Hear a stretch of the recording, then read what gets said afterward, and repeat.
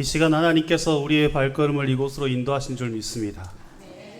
거저왔다 거저가는 우리의 모습이 아니라 하나님께서 허락하신 은혜와 사랑으로 충만히 채워져 가고 또 그러한 복된 삶을 살아가시기를 축복드립니다. 우리가 하나님께 드린다라고 말하죠. 하나님께 드린다라고 하는 의미는 무엇인가를 단순하게 주는 행동이 넘어서 우리의 신앙의 방향이며 삶의 중심을 의미합니다.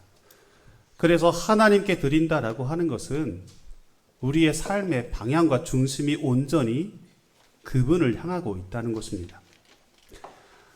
어느 사람들은 무엇인가 많이 모아야만 안전하다고 생각하고 많이 모아야만 행복하다라고 생각합니다. 하지만 우리 믿음의 사람들은 모아서 주는 기쁨도 있겠지만 드림으로, 나눔으로 세상에 줄 수 없는 더 큰 기쁨이 있음을 우리는 수차례 경험하며 살아갑니다. 그래서 오늘의 본문의 제목은 드리는 것이 복입니다 라고 말씀을 정했습니다. 사랑하는 성도 여러분, 오늘 주신 이 말씀을 우리 각자에게 주신 말씀으로 우리가 함께 마음에 새기며 나가기를 소망합니다. 오늘 본문의 내용은 솔로몬이 왕위에 오른 지 4년의 시간이 흘렀을 때 일어났던 일입니다. 솔로몬은 왕으로서 통치하면서 4년의 시간이 흘렀는데 그제서야 여호와의 이름을 위하여 성전을 건축하고 자기의 왕위를 위해서 궁궐을 건축하기로 오늘 본문 2장 1절 마지막 부분에 결심하였습니다. 이제 내가 4년 정도 되어 보니 여호와를 위해 성전을 건축하고 나를 위해서 내가 머무를 궁궐을 건축해야 되겠다라고 그는 결심했다라고 말하죠. 솔로몬은 이 성전과 궁궐을 건축하기 위해서 많은 것들의 철저한 준비를 오늘 보이고 있습니다. 그가 준비하였던 여러 모습들이 오늘 역대하 2장의 전반적인 내용을 이루고 있습니다. 조금 전에 봉독하였던 것처럼 먼저 2절 말씀해 보시면 솔로몬은 짐꾼을 7만 명 준비하죠. 건축에서 일할 노동자라기보다는 무엇인가 옮기는 짐꾼, 그 사람을 7만 명 선별합니다. 계속해서 돌을 떠낼 사람, 이 채석장에서 돌을 캐내고 가르고 또 만들어가는 사람들, 그 사람을 8만 명을 선별합니다. 그리고 이러한 사람들을 감독할 사람으로 3,600명, 도합 얼마일까요? 15만 3,600명의 사람들을 선별하게 되죠. 그것으로도 충분하지 않았기 때문에 솔로몬은 3절 말씀에 보면 두로왕 후람에게 도움을 요청합니다. 역대하에는 두로왕 후람이라고 소개하지만 우리가 한 번쯤은 들어봤을 두로왕 히람을 의미합니다. 열왕기상에는 히람이라고 소개하죠. 오늘 본문 이 두로왕 후람에게 요청하게 되는데요. 그 요청은 다른 것이 아니라 이 세공, 직물, 즉 조각, 공예 이러한 일에 능숙한 기술자를 보내달라라는 요청이었습니다. 그리고 그 옛날 두로 왕이 아버지였던 다윗을 위해 사신을 보내고 기술자를 보내고 당시에 백향목을 보내어서 다윗 왕궁을 건축하였던 것처럼 나에게도 좀 도와달라. 그래서 오늘 역대하 7절부터 9절 이하에 보시면 나무를 벌목할 사람들도 뽑아주시고 또 벌목하게 될 그 나무들도 보내어 주소서라고 요청하게 되죠. 여기까지만 보아도 솔로몬의 이 성전 건축은 대단한 사업이었음을 알 수 있습니다. 물론 지금과 달리 기계가 없었기 때문에 인부들이 많이 필요했겠지만 15만 3,600명의 사람들이 필요했던 것이고 다른 나라의 도움을 구하리만큼 성전 건축은 거대한 사업이었습니다. 그래서일까요? 이 성전 건축을 완공하는 그 기간이 무려 7년이 소요됩니다. 7년 예루살렘 성전을 건축한 이후에 또다시 13년에 걸쳐 자신의 궁궐을 건축하게 되죠. 그가 왕위에 오른 지 4년이 되어서 결심한 이후 무려 20년 동안 성전을 건축하고 궁궐을 건축하였습니다. 아마 분명 나라의 전반적인 재정도 인력도 힘도 다 모아 그 일에 그는 집중했을 것입니다. 이렇게 공사 기간이 길어질 것이라고 생각했겠습니까? 하지만 일을 진행하다 보니 그 시간은 길어졌을 것이고 이와 같은 대단한 고통의 시간이 되었겠죠. 20년의 공사 기간을 어찌 하루아침에 허투루 그냥 가볍게 준비하겠습니까? 그래서 오늘 역대하 2장 이하의 내용을 보게 되면 이 솔로몬은 철저하게 빠짐없이 그 일을 준비하고 있음을 보게 됩니다. 물론 이러한 내용은 열왕기 상에도 기록되어 있습니다. 하지만 역대하의 내용이 더 길게 기록되어 있다는 사실만으로 역대기를 기록하였던 성경의 저자는 솔로몬이 성전을 건축한 일을 매우 귀하게 여기고 높이 평가했음을 알 수 있습니다. 사실 우리도 잘 알고 있습니다. 솔로몬 하면 가장 먼저 떠오르는 생각이 있습니다. 첫 번째 무엇일까요? 어린 아이를 이 친모를 찾아주는 솔로몬의 재판. 지금도 많은 사회 속에서 솔로몬의 지혜로운 일을 할 때마다 솔로몬의 재판 지혜라고 하죠. 하지만 솔로몬의 역사 속에서 그의 통치 기간 속에서 가장 큰 업적이라고 말할 수 있는 것은 단언코 예루살렘 성전의 건축이었습니다.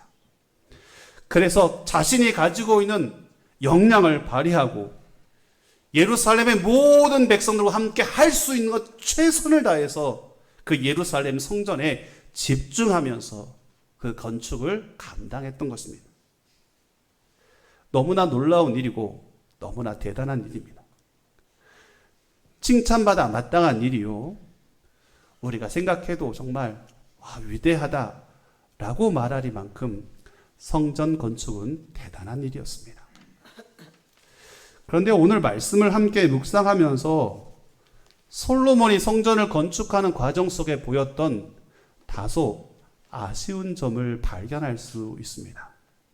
너무나 대단한 일이었지만 그 속에 몇 가지 아쉬운 부분을 찾아낼 수 있는 것이죠. 여러분, 그 첫 번째가 무엇일까요? 솔로몬의 성전 건축에 아쉬웠던 첫 번째는 그 출발의 시작에서 찾아볼 수 있습니다. 솔로몬이 성전을 향한 거대한 계획을 세우며 그 일을 진행하였습니다. 그런데 그 출발이 매우 아쉽습니다. 여러분, 만약 그럴 일은 없겠지만 우리가 성전을 건축한다고 생각해 봅시다. 그러면 가장 먼저 해야 될 일은 무엇이겠습니까? 아니, 바꿔 생각해 본다면 성전을 그토록 건축하고 싶었던 그의 아버지였던 다윗이 만약 하나님이 거하시는 그 성전을 건축하게 되었다라고 한다면, 가정한다면 다윗은 무엇을 먼저 행했을까요? 아마 분명 다윗은 하나님 앞에 감사의 마음으로 예배하지 않았겠습니까? 실제로 다윗은 하나님 앞에 온전한 예배자로서 그의 시작을 늘 행하였습니다. 사무엘하 6장에 보면 하나님의 언약의 법궤가 이방 땅에 빼앗기고 이방의 땅에서부터 그들 땅에서 순회하듯 마치 보관되어 있었습니다. 다윗의 마음엔 너무나 가슴 아파 다윗의 궁을 짓게 되고 그곳에 하나님의 언약의 법궤를 모시려 합니다. 이때에 하나님의 언약의 법궤를 모시는 과정 속에 안타깝게도 이 법궤를 운반하던 소가 뛰자 그 소를 손으로 붙잡았던 웃사가 그 자리에서 죽음을 맞이하게 됩니다. 이 일로 인하여 다윗은 굉장히 큰 충격을 받게 되고 하나님의 언약의 법궤를 더 정성을 다해 모셔야 되겠다. 이곳으로 모셔야겠다라는 생각을 하게 됩니다. 그리고 오랜 시간 준비하게 되죠. 철저한 준비를 하게 됩니다. 그리고 마침내 다시 한번 언약의 법궤를 다윗성으로 모셔오는데 사무엘하 6장 13절의 말씀에 보면 다윗이 이 언약 법궤를 모시고 온 제사장들, 사람들이 무려 6걸음을 옮기자 그 자리에서 제사를 드렸다라고 기록합니다. 즉 하나님의 언약의 법궤를 메고 왔던 사람들이 이제 발을 내딛습니다. 한 발자국, 두 발자국, 세 발자국, 네 발자국, 그리고 5발자국, 6발자국을 내딛게 되자 그 자리에서 하나님께 제사를 드렸다라고 합니다. 그 이유가 무엇일까요? 하나님의 언약의 법궤를 옮기며 함께 이동하는 것은 단순한 이동이 아니라 하나님의 임재가 이곳 가운데 들어가는 것이고, 이를 통하여 하나님께 예배하고 제사하는 것이 마땅하다고 그는 생각했던 것입니다. 그냥 단순하게 저 앞에 있는 것이 아니라 저 멀리 그 성 바깥에 있었던 그 법궤가 그들 가운데 걸어들어 나오는데 6발자국 될 때마다 하나님 앞에 제사드렸던 다윗은 그의 삶의 중심이 하나님께 예배하는 것이었습니다. 다윗이 그의 아들 솔로몬에게 나라의 왕위를 물려주게 되는데요. 그 내용을 살펴보게 되면 여러 가지 왕위를 물려주기 준비를 하게 되죠. 당연히 인간적인 수많은 준비도 필요했습니다. 하지만 다윗이 정말 관심을 갖고 마음을 쏟았던 가장 중요한 준비가 있었는데, 그것은 바로 예배와 성전 사역을 맡을 사람들을 세우는 것이었습니다. 그래서 다윗 시대에 하나님을 찬양하는 찬양대가 세워지고요, 찬양대 지도자가 세워지고, 성전 문을 관리하고 문지기를 하는 사람들도 세워지게 됩니다. 왕으로 생각해보면 너무나 사소한 일이었지만 다윗의 입장에서는 하나님께 최선을 다해 예배하는 것이 무엇보다 중요했기 때문에 빠짐없이 그 일을 준비하였고 그 일을 마치면서 그의 아들 솔로몬에게 넘겨주었던 것입니다. 그랬던 다윗이라면, 하나님의 성전을 완공해야 된다면, 건축해야 된다면 아마 그 무엇보다도 하나님께 감사하는 마음으로, 하나님 감사합니다, 하나님을 위해 거룩한 성전을 지을 수 있다니 너무 감사합니다, 나는 그러한 마음으로 온 백성과 함께 온 마음과 정성을 다해 예배하지 않았겠습니까? 여러분, 그런데 솔로몬의 모습을 지켜보십시오. 오늘 솔로몬이 예루살렘 성전을 건축하기 위해서 준비를 하게 되는데요, 그 첫 번째 시작의 준비는 안타깝게도 하나님 앞에 예배하는 모습이 아니었습니다. 무엇을 준비하였습니까? 일할 수 있는 사람을 준비했습니다. 짐꾼을 준비하였고, 돌을 떼낼 자를 준비하였고, 감독할 사람들을 뽑았던 것입니다.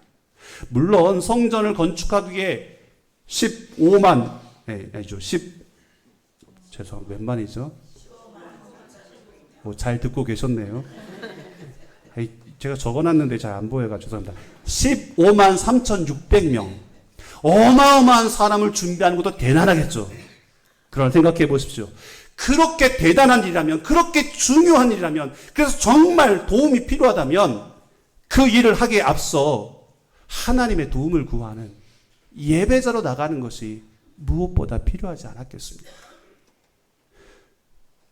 하나님이 허락하실 그 일을 감당하기 위해 가장 중요한 일이라면 어떠한 준비보다 영적인 준비가 그들 가운데 필요했던 것이죠. 왜냐하면 성전을 건축하는 것은 단순하게 건물을 건축하는 것이 아니라 하나님의 임재를 바라고 소망하는 그 거룩한 것을 세워나가는 것입니다. 성전 건축은 단순한 건물의 건축이 아니라 신앙을 건축하는 것이었습니다. 그러므로 무엇보다 하나님 앞에 먼저 신앙의 기초를 드리는 시간이 필요했던 것입니다. 그러나 안타깝게도 솔로몬은 그렇게 하지 못하였습니다. 물론 역대하 7장에 보면 솔로몬이 성전을 다 완공한 이후에 하나님께 낙성식이라고 해서 성전의 완공을 하나님께 감사하는 고백의 기도로 드리고 있습니다. 솔로몬도 하나님께 감사의 예배를 드렸고 하나님을 예배하는 예배자였습니다.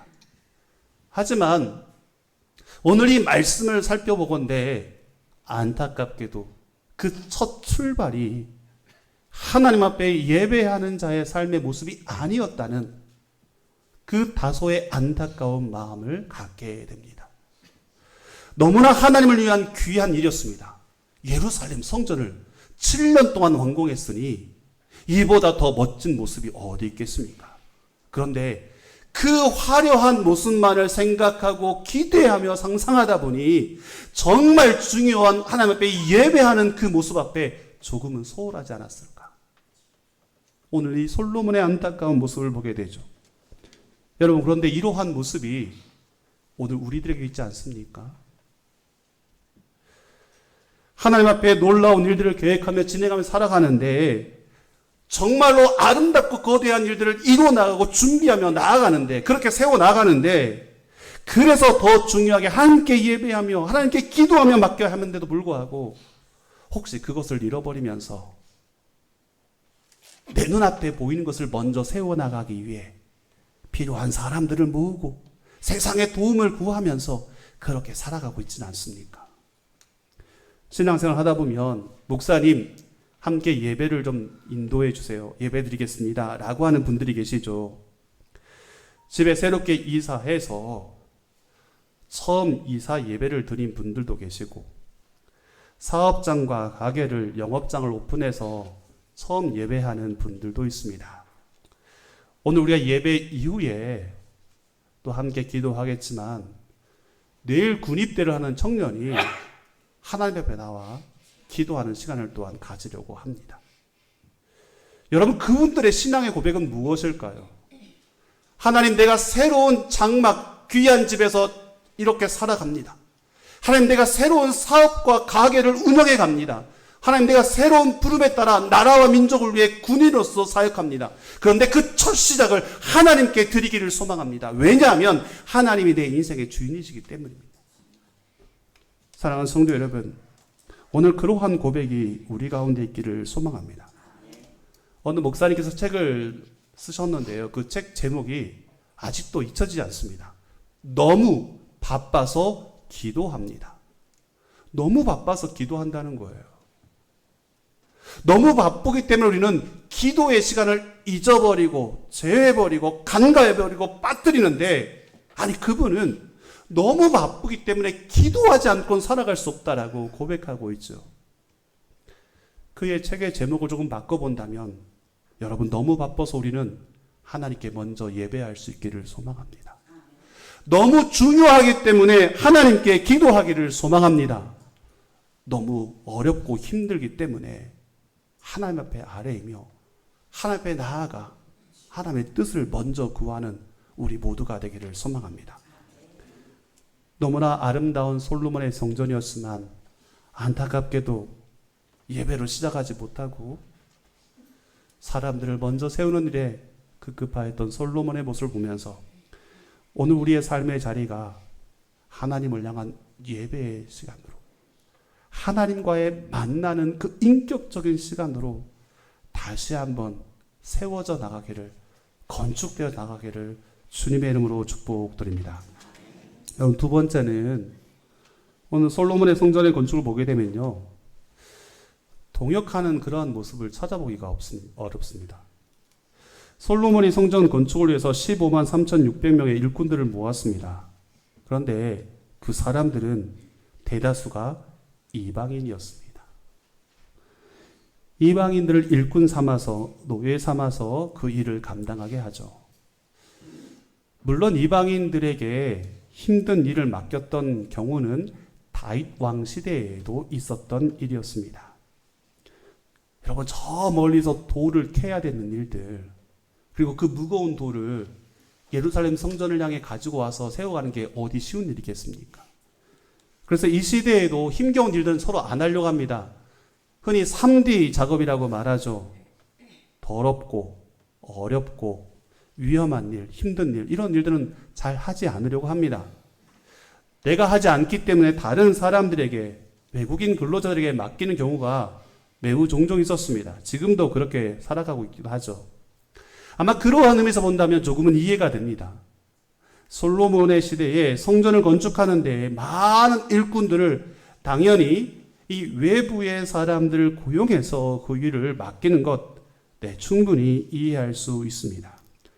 하지만 지금 솔로몬이 건축하는 그곳은 단순한 건물이 아니라 어떤 곳일까요?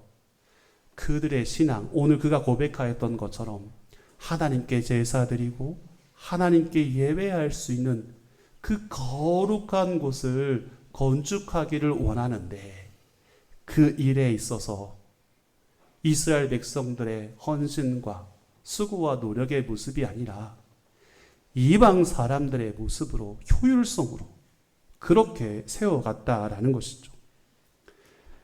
성전을 위한 일이라면 당연히 믿음의 사람들이 함께 동참하는 것, 함께 세워가는 것, 정성과 노력을 함께 가하는 것, 이것은 마땅한 일이 아니었겠습니까?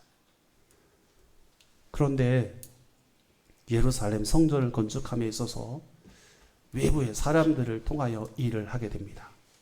오늘 본문 7절, 8절, 9절 말씀 이하에 보시면요, 솔로몬이 두로 왕에게 전문 기술자를 요청합니다. 그런데 그 기술자는 금속 공예, 이 성전 안에 있는 여러 금속들을 공예하거나 직물을 공예할 수 있고 조각에 능한 기술자를 좀 보내달라라고 요청하죠. 이미 솔로몬의 아버지였던 다윗이 두로 왕에게 이러한 도움을 요청했던 시기가 있었습니다. 그래서 아들이었던 솔로몬은 동일하게 요청하게 되죠. 그런데 생각해보면 다윗은 자신의 왕궁을 위한 일이었다면 지금은 하나님의 성전을 위한 건축하는 그 일이었습니다. 그런데 이방의 사람들에게 기술자를 보내달라고 하죠. 생각해 봅시다. 두로 왕이 보내었던 기술자가, 전문직의 기술자가 만약 이방의 신을 섬기는 기술자였다면 그가 예루살렘을 건축할 때에 하나님을 예배하는 예배의 장소로 성전을 건축하였겠습니까?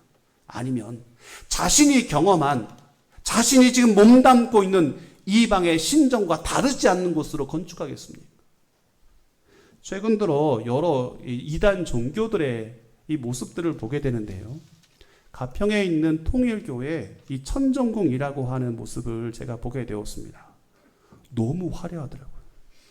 그 건물이 저 산 높이에 있는데도요, 한눈에 알아볼 수 있는 건물이고 그 안에 실내 장식은 이루 말할 수 없는 거예요.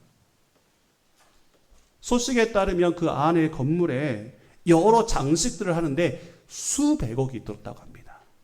전등 하나만 몇 천만 원이라고 하더라고요. 그 몇 천만의 전등을 보다가 우리 교회 형광등을 보니까 저는 그래도 지금 이게 너무 좋아요. 그 화려한 대리석의 천정궁보다 바닥이 갈라진 우리 교회 바닥이 더 행복합니다. 아름답다 하더라도 그곳은 헛된 우상을 섬기는 곳이요, 이곳은 하나님의 집, 하나님을 섬기는 예배당이기 때문이죠. 두로의 기술자가 이방의 사람이었다면 그러한 일이 생기지 않으란 법이 어디 있겠습니까? 참으로 놀라운 것은 보내었던 두로의 기술자가 그래도 이스라엘의 혈통이었다는 사실. 오늘 역대하 2장 14절 말씀해 보시면 그 기술자의 어머니는 단 이스라엘 사람이었고 아버지는 두로 사람이었습니다. 그래서 이스라엘 혈통의 사람이, 기술자가 성전을 디자인하게 되고 건축하게 되죠. 여러분, 아무리 아름답다 한들 그곳에 살아계신 전능하신 하나님이 보시기에 그 어떠한 모습이 만족하겠습니까?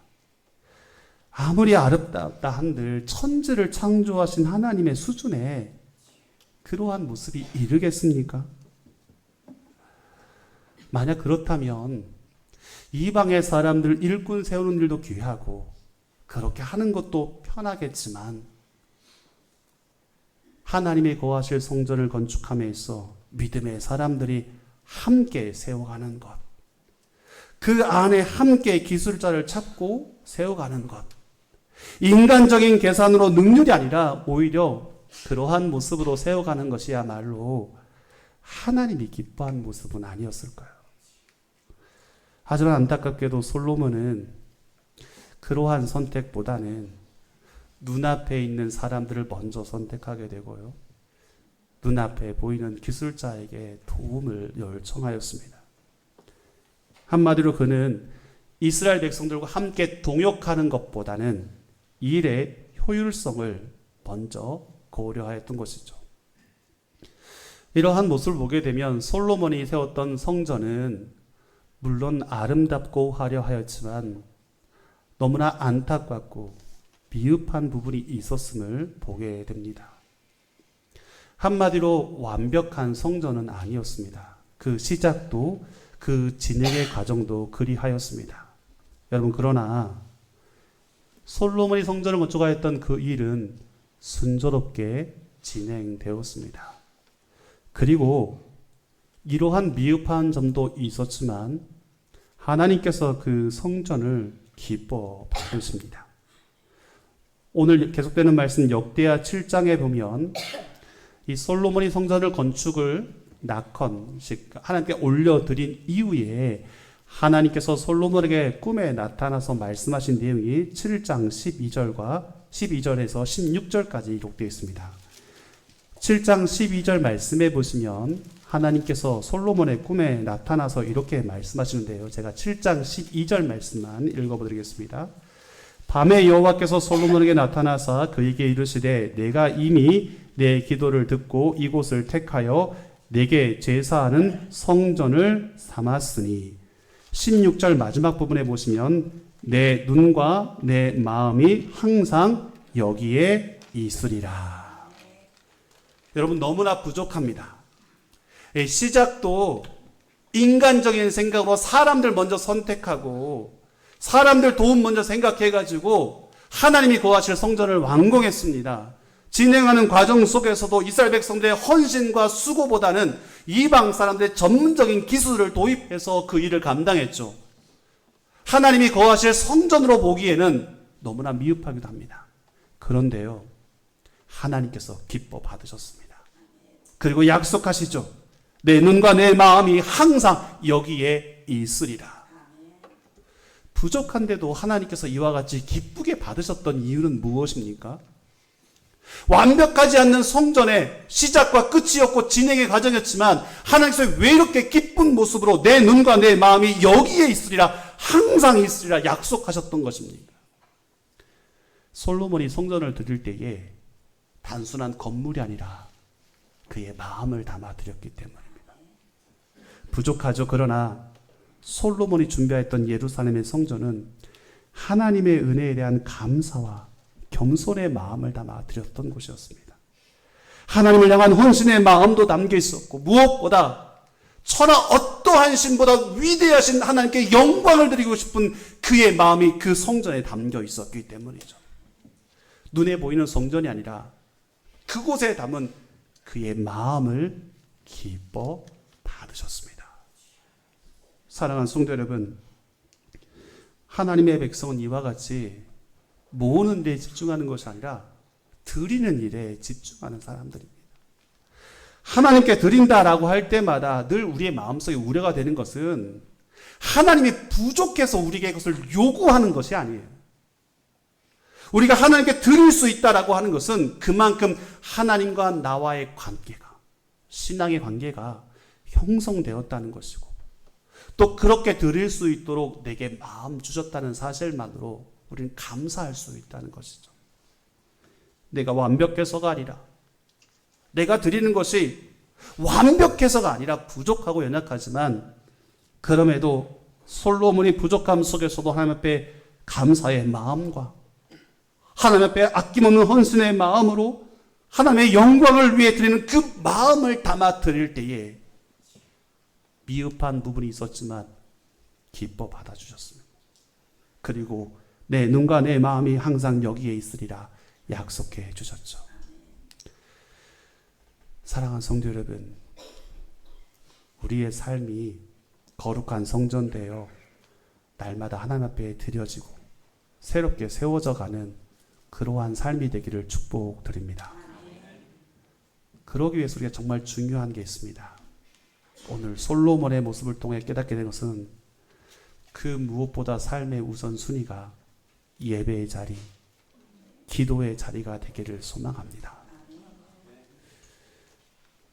우리의 일생의 삶에 서로 함께 동역하면서 교회를 세워나가고 우리의 삶의 자리를 세워나갈 때에 조금은 왜소해 보이고 부족해 보일지라도 하나님께서 기뻐 받아주실 줄 믿습니다.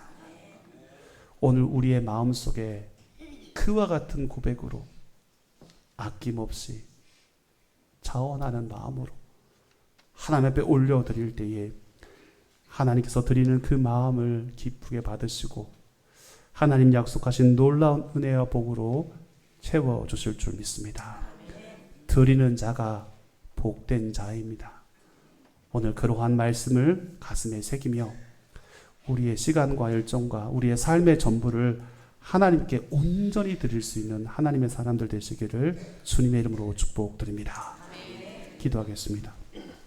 은혜로우신 아버지 하나님, 부족해서가 아니라 하나님의 은혜에 감사하는 마음으로, 헌신하는 마음으로, 하나님의 영광을 위해 아낌없이 자원하는 마음으로 나의 것들을 드릴 수 있는 그런 신앙의 결단이 있게 하여 주옵소서.